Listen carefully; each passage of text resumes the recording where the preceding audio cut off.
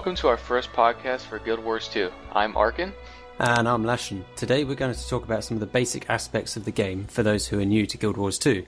Then we'll move on to some of the more involved areas such as balance issues and solutions in world versus world PvP and combat fluidity. To kick off, we're going to talk about a very common topic, but one that's often covered from one angle: the removal of the Holy Trinity in favor of a different approach: control, support, and damage. So, Arken, given that the Holy Trinity does not exist in its usual form in Guild Wars 2, what do you think about ArenaNet's approach to their professions?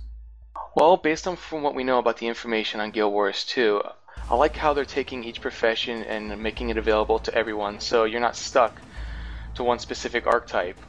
We all know, based on many MMOs, that you have the basic damage, tank, and healing class. And we all know how much of a pain in the butt it is to get a tank or a healer in any group, and it takes many, many hours to try and find someone. So Lash, I mean, what do you think about this? Do you think it was a good change? Do you think people will get used to it? I think it's a good move. I really do. As to whether or not it will be better than the old Holy Trinity, it remains to be seen. But as you said, waiting in a queue for that healer, it can be quite annoying. Oh, you're telling me. I mean, it's unbelievable when you start to think about it. People start to wait in these zones, shouting out in general chat that they want to have a healer and so on and so forth, and they can never find one. Maybe someone doesn't like to play a healer. Maybe someone doesn't like to play a tank. But at least we now know in Guild Wars 2 you can do everything. You can play damage if you'd like. You can tank a monstrous boss like the Shatterer, or you can heal and keep your friends alive. It's all up to you. Yeah, I mean, it still remains to be seen how effective it is. I mean, for instance, a lot of people are looking at the Guardian class and thinking, hey, that's going to be the tank. But that's obviously not what ArenaNet wants. But because of their amount of crowd control and their resilience to damage, they are going to be one of the go-to tanks. So I'm just interested on how the other classes can sort of close the gap between them and Guardian for them to tank, It'd be great to see a ranger tanking with a pet. Right. No, you're right. I mean, they might even have that, because they've even discussed the possibility of, every class can either be a ranged or melee sort of type character, DPS, and it's up to you to change what you'd like. And it seems like if you wanted, you could take your ranger class, switch to a melee more spec and have you and your pet tank and whatnot, but it's completely up to you. So, I mean, hopefully ArenaNet will give us some more information based on that, but from what we can tell, I think it seems like you have full free reign on what you want to do and how you want to do it. Yeah, and it does seem like a good change, but there are also some people who dislike the idea of essentially no healer or no tank. They're used to playing that role in previous games. They like the idea of being depended on for the group. And so because of that, I do know some people who aren't going to be playing Guild Wars 2 solely because of that reason. Do you think that's a genuine issue that we're going to see more of as the game comes out, or do you think it's a less obvious issue? Well, I mean, I can understand where they're coming from. When you start to think about it, you're stuck into this mindset as you've played MMOs for many years that you're usually good with one specific archetype, and maybe once in a while you'll branch off to another as an alternative. But when you're stuck with that one archetype and you become really good at it, in your mind, that you're thinking, oh, okay, in every MMO this is what I'm going to do. I'm really good at it. And now you're about to go into an MMO, Guild Wars 2, that lets you do everything. It doesn't matter what it is. It's going to let you pick exactly how you want to play. Now, people are turned off by that because everyone has their own self-heal. They can dodge attacks. They're not used to it. They're used to you sitting there playing whack-a-mole type combat and hopefully healing you or getting the aggro off you in one way or another. So, I mean, I can understand where people are coming from, but I think they'll be more than happy to adapt to the new playstyle of Guild Wars 2. Yeah. I mean, on the flip side, I know quite a few people who are going to be happy that they're not stuck re-rolling a class half against their will just to fill, the healer spots or tank spots that are missing. Right. So, yeah, that's definitely a step forward overall. Well, I mean, hopefully, again, people will take the initiative. They'll see that it's new. that it may be a little bit intimidating, but I do believe after a little while they'll get used to it and find out this is really good. We don't have to wait hours upon hours for a specific archetype. Us 5 elementalists can run this dungeon if we chose to do so. Yeah. It'd be pretty amusing, wouldn't it? Isn't it? Yeah. I think it'd be pretty funny if you had 5 elementals. I mean, they said you could do it. Any 5 class could clear a single dungeon as well as anyone else. I think it'd be great to see that. It does also sort of bring me into the thought process of how significant dodging is. I mean, I know that you actually got to play the demo at a games convention. Correct. Now, when you dodge against bosses in dungeons, do you know if that's going to be significant with the amount of AoEs that bosses are likely to create? Or Oh, absolutely. And the comparison that I can make is that I used to play a game, or I still do play a game, it's called Dark Souls. And with that, their dodging system is actually very similar to Guild Wars 2, where if you time it correctly, even if it's an AoE, you'll be able to avoid all said damage that's been planted on the ground or single target damage. So dodging has been a very important process, especially in guild fights. I mean, not guild fights, excuse me, but boss fights rather. You're going to be dodging massive damage at one time or another, and it's going to take a lot. And even though you're going to have you might have a guardian there who can shield you, or an elementalist who might be in water affinity form that can heal you, it is ultimately up to you to dodge and keep yourself alive. So yes, I do believe that dodging is going to have a significant impact on the game. all right, brilliant. And there you go. To anyone who's listening, play Dark Souls if you want to practice dodging in a MMO style game. Okay, so for those that have sort of seen some videos of Guild Wars 2, it's quite noticeable that it's quite a painterly style to the artwork, and they've used quite a lot of their concept art in the actual game. And this differs quite a lot from World of Warcraft, which has a more sort of cartoony style. So what do you think about that, Arken? Do you think that's a good change, or...?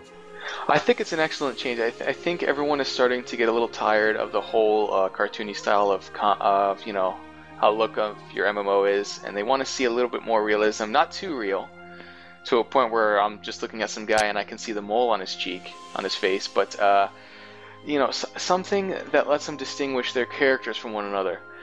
Because in most games you have a set number of skins that each class can customize, but at the end everyone looks the same.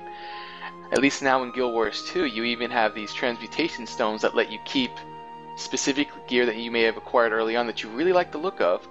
You just transfer the stats from better gear into it, so now you look pretty sick. And not only do you look really good, you can distinguish yourself. I mean, what do you think? You think that's I think it's a pretty solid change. I think it's quite good, and I agree with you on the whole avoiding cartoony, but also avoiding too realistic. I think for some games it's amazing, but for an MMO of this sort of fantasy genre, I don't think it would fit too well. As for sort of being able to customize your look, to be fair, that's nothing really new. What I'm quite interested in is the armor customization, where you can change the pigment color of each individual piece of armor. I mean, just to implement that itself has to have quite a lot of logic behind it, to avoid having thousands of armor skins for the same piece of armor. Do you think that's going to be quite a good selling point, or do you think it's gimmicky? Or I think it's an excellent selling point, because I've noticed that almost every single player out there, they want to distinguish themselves in one way or another, in any possible way they can think of. Because honestly, I'm tired of holding the ultimate sword of godly truth that looks pretty awesome. It took me a little while to get, but then I see the guy 10 feet from me in the same auction area who's got the same sword.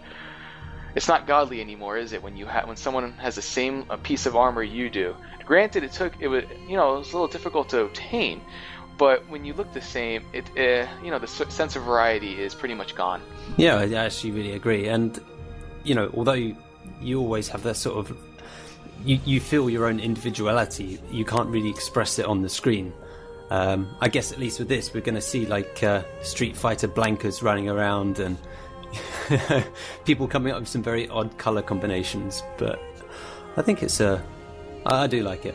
Yes, I think we're going to see some pink bunny hoppers running around. I think it's going to be good. I mean, I'm all for it, please. But you never know. You might be in some PvP match and someone wearing all pink in a bunny suit whoops your butt. So Think about that for a moment. You think that would be worth the humiliation, do you? I think would you it would. prefer to be running around as the pink bunny rabbit, or would you prefer to lose against the pink bunny rabbit? I prefer to lose to it, personally. That way I can actually say I had someone in a pink bunny suit whoop my butt. But on that topic, when you look at it, it's the art style. Again, it's so much more fluid. It goes with it. It's like when you see the combat in some of these videos that's been released. When, say, the warrior slashes with a sword, you can see a little bit of painterly art style come upon his slash. It's sort of like the I guess wind coming down from the slash of your weapon, but instead of wind, it's paint, and it looks really stylish. And I think that's going to work really well with the game. Yeah, I'm very inclined to agree with you there. So now, one of the benefits of World of Warcraft and their sort of style of graphics was that it could run on reasonably low-end computers, which obviously meant good news for Blizzard because then more people were playing the game, more people were paying subscriptions. Do you think that there's going to be quite an overhead with this new art style that ArenaNet are using? At first I thought this because the game does look phenomenal. It really does. It scales very well. The concept art looks just like the game world. It looks phenomenal. But then after watching some of these videos and doing some research, they're actually using hardware that you can't even order anymore, that you have to specially order on, say, eBay, for instance, because they don't make them anymore. So that actually gives us an excellent hint as to the specs of the game. They're going to be really low, and you're actually going to be able to enjoy the game. You're going to enjoy it, the way it looks, how beautiful it is, and you won't need a $4,000 PC to run it. Yeah, I'm sure that's good news to a lot of people out there. Me, myself, I will buy whatever I need to run it on for. The graphics do draw me in a lot on this game, yes. I've got to say, and I find that actually quite rare for myself. I'm not a graphic fanatic. No, but it's pleasing to the eye. I mean, have you ever played Braid? Oh yes. Yeah, and that was a very enjoyable game. That was it was very eye pleasing, although it was quite simple in graphics. Mm-hmm. The whole painterly style does work very well. Yes, it's going to be beautiful, and I can see that everyone's going to enjoy it and understand and actually realize that just because a game looks like cartoony, or the graphics may be below standards, or just because a game looks like it's above standards, doesn't necessarily mean you need the hardware of the latest and greatest hardware to run it. If you can program it correctly, it seems like you can enjoy everything that's out there to offer from Guild Wars 2. Yeah, I think a lot of that comes down to sort of not throwing everything on the screen at once. Having a reasonable draw distance. Having some sort of separate areas where you're not constantly trying to see everything in your field of view. Correct. So it sort of brings down the requirements quite a bit. Well, even with that, I remember seeing a video a while ago where they had, I think, 100 or more developers on a screen, and it still ran beautifully. So, wow. It was pretty amazing, and that was back, I believe, over a year ago. And the game has been optimized beyond what you think. And it's unbelievable what they're able to turn up with such a small amount of time. So, Lash, do you think, based on the information given, that World PvP, including Instance PvP, is going to appeal to a more general crowd? I think that when you sort of put that many people into a PvP match, we're talking 500 versus 500 versus 500, people are going to have fun no matter what.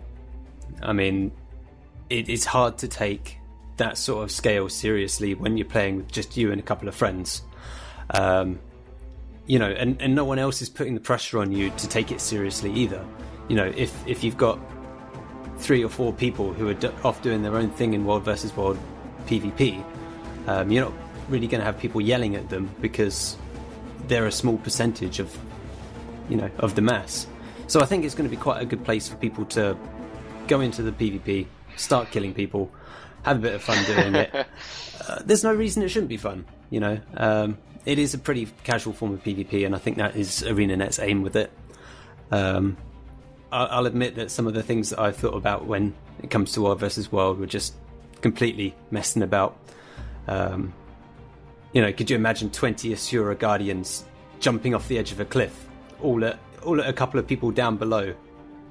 Just that'd be quite a sight to see. Oh yes, I think it would be. Imagine if they're naked though, in their loincloths, running down there. You see a bunch of Asura running across a huge map, all naked.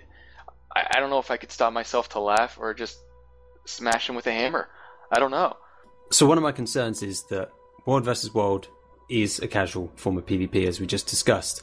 But there will always be people who take it seriously. And whenever you have people who take it that seriously, you're going to have people who are willing to leave their server in favour of the server that's currently ahead. And this happened to me in a previous game, Acre, where our nation got quite a lead over other nations, and everybody flocked to that server. And it gets to a point where nothing can be done about the situation. So what I worry about happening in Guild Wars 2 is that one server will essentially become untouchable, because while you're limited to, say, 500 people per server, you are going to have one server with, extremely well-geared players that are all level 80, and they can have those players, they can have 500 players on around the clock 24/7 because they've got such a high population. Whereas other servers are going to be struggling. They may have 500 players playing it during peak times, but when it comes to off-peak times, they're really going to struggle. So it's going to be hard to fight against those numbers. Is that a concern of yours, or? Well, now that I think about it, and you brought it more into a perspective that I can grasp, is that even though I can see that being an issue where more people are going to be going to a specific server because they realize, oh, look at this server, they're winning all the time, let's go to them. I believe, and I'm hoping, that more and more people will realize that, okay, we've lost. We understand this. Let's see if we can bring it together. Let's see if we can maybe have a temporary alliance with the other server that lost, and maybe we can put pressure on the winning server. Let's see if we can come together and bring some power balance between the three of us and see what happens. Now, whether that remains to be seen, it's hard to tell currently, because some people they just don't care. They'll just go to the specific server. They may just AFK so they can get experience or whatever the case may be. But we're hoping, at least I'm hoping, and I'm sure you are too, Lash, that everyone will come together. It won't just be a power struggle each time. Well, it will be a power struggle, but I mean, it won't just be a one-sided match every single time. Right, yeah. And you actually bring up a very good point, which is that unofficial politics and diplomacy will happen. That is the nature of a lot of people who play games. They like to forge alliances. They like to, in a lot of cases, backstab and try and gain the upper hand. That's the fun part. Yeah, it definitely will make it all a lot more interesting. So yeah, that may be a very good solution to the problem. But of course, that is completely dependent on people being willing to do that. Correct. And that's also very good if you're maybe the second or third server. But if you're the 30th server and you say, okay, we're going to try and take the number one spot, and you get a lot of people on your server, you work at it non-stop, you're still only going to move up the ranking ladder 3 spaces every 2 weeks. So it's going to take quite a long time to even be able to challenge that number one server. And I've sort of thought a lot about this, and I think one of the solutions might be to reward people who actually play in the World versus World. At the moment it's kind of, they reward the whole server, right? Which is fine. That's fair enough. But then when you actually start rewarding the people who've participated, the servers that are grossly overpopulated, you won't be able to get into the World versus World because it's a limit of maybe 500 people, and you've got 5,000 people who want in. So you're not even going to be able to get in to be able to get those sort of benefits from participating. Exactly. So you might reconsider your choice of server and then sort of go to a less populated server, and it might help the balance issues a little bit. I think you're right, yeah. I think in the end that's what it's going to come down to. I think people are going to have to realize that, hey, we can't even participate anymore. It's too full. Granted, the server is great, but we can't play, and we want to play. We want to make a difference, and I'm hoping people will come to that realization, and that'll be it. Yeah, I do too. So the objective part of World versus World is probably what's the most enticing to me. I mean, I've played nation versus nation, server versus server MMOs before, where it's a case of, okay, shove everyone on the same map, fight it out, go for it. But I've never seen the sort of main objectives throughout all the maps, and near each main objective you've got sub-objectives. I think that while there is no political system implemented in the game, it's going to sort of encourage people to take the lead and sort of initiative to sort of organise their server, or the guilds on their server, to make a coordinated plan. And I think the objective system actually allows for a lot of that. No, you're right. I think so too. And it's more than just putting two guys in an arena having bashing each other's heads in.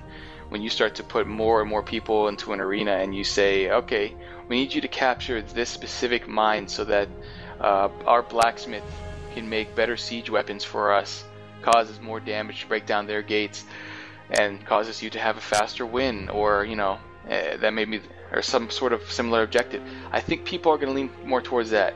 Now, don't get me wrong, I'm pretty sure there are going to be plenty of those who just want to kill, and that's fine. But the overall participation was probably going to be your objectives, and you're going to be able to, cause a bigger outcome through that. So I think it's going to make people think a lot. I think it's like you said before, Lash, that you're going to have guild leaders come together, and they're going to have to talk about specific plans and tactics instead of just running in there 300 and just killing the other enemy. So yeah, this should shape up to be quite eventful, I think. All right, so at the end of last year, ArenaNet posted on their blog about the massive revamps in the animation system, specifically chaining animations together to give a more fluid combat. Have you witnessed this yet, or are we still waiting on all that? I've witnessed it a little bit of it at Gamescom last year, and it really is fluid. It's unbelievable. It's like how they say it's almost every single time you'll always notice when an MMO will fail based on its optimization and fluidity, and Guild Wars 2 has it. It's unbelievable how smooth it is and how everything just blends together.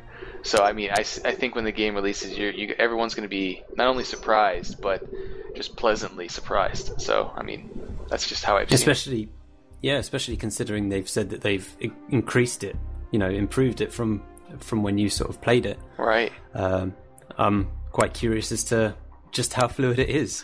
It was unbelievable at the time, and just by them increasing it even more or optimizing it even more, I don't know how they could. It seemed like it was near perfect. Now, granted, there weren't many people on the server, so maybe the server load wasn't there, and that might be what they're working on. I'm not too sure, but it just seemed like everything blended in perfectly. The environments and your animations to your abilities, it was unbelievable. Yeah. See, one thing I'm quite curious about is in quite a few games there's the possibility to do what's animation cancelling. You're aware of that? What that is? Or? Oh yes, I believe just recently Arena released a blog about that, how some skills can cancel other skills and so on and so forth. I haven't gotten too deep with it. Maybe you can discuss a little more, Lash. Okay, yep. So animation cancelling in a lot of games is where you deal your damage for your skill. Say you cast a fireball, the damage is dealt to the person, but then there is a small delay after the damage has been dealt where your animation is still continuing, like a cooldown of the animation as such. And in some games it's possible to cancel that early so you can start casting your next skill. And I mean, some games allow that due to poor coding, some allow that as a feature to raise the skill cap on the game. But what ArenaNet seem to have done is said, okay, so what we're going to do is every animation will have it will have a set time for when it can be cancelled. So if you start casting your fireball, the damage is inflicted on your opponent, then it knows from that point on you can cancel that animation early by telling it to start another skill. So, and then it will actually try and blend the two animations together. Oh, I see what you're getting at. Okay. So working out what your skill chain is, so working out that I'm going to cast a fireball, then I'm going to cast lightning, can actually improve your damage throughput because you're queuing up your skills. Lightning fireball. Yeah. That sounds like it would hurt quite a bit, actually. But yeah, it probably would. No, it does sound like it's definitely going to improve the skill necessary to play the game a little bit. So, and I think a lot of people who are going to be going in depth with the game and maybe having it as an esport are gonna really favor this. Yeah, it's it should provide quite a nice sort of experience as well. I mean, there's nothing more distracting when you're playing a game when your character like abruptly stops an animation and then suddenly starts another one. It's very ugly to play when it happens like that. Mm-hmm. So hopefully this is quite a good solution. Agreed. Okay, so that about does it for today's podcast. This was our first one, so please let us know of any rough edges, and we'll try our best to iron them out for next time. We do appreciate you guys listening. If you'd like to subscribe, it will be well worth it, as in the coming weeks we have a surprise to be announced, which we think Guild Wars 2 fans will enjoy. I'm Lashen. I'm Arken. Now subscribe! That's funny.